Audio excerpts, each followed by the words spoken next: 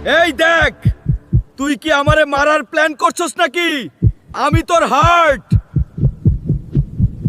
সকালে উঠেই পুরি পরোটা তেলে ভাজা যা পাস তাই খাসবার। ওরে বলদ, এইটা নাস্তা না, আমার উপর হামলা করান। তারপর চা না, চিনির সিরাপ খাস। চিনি খাইয়া রক্তরে জ্যাম বানাইতেছস। খাইয়া খাটে শুইস, সারাদিন বসে থাকোস। এই দেখ, তুই মানুষ না সোফা।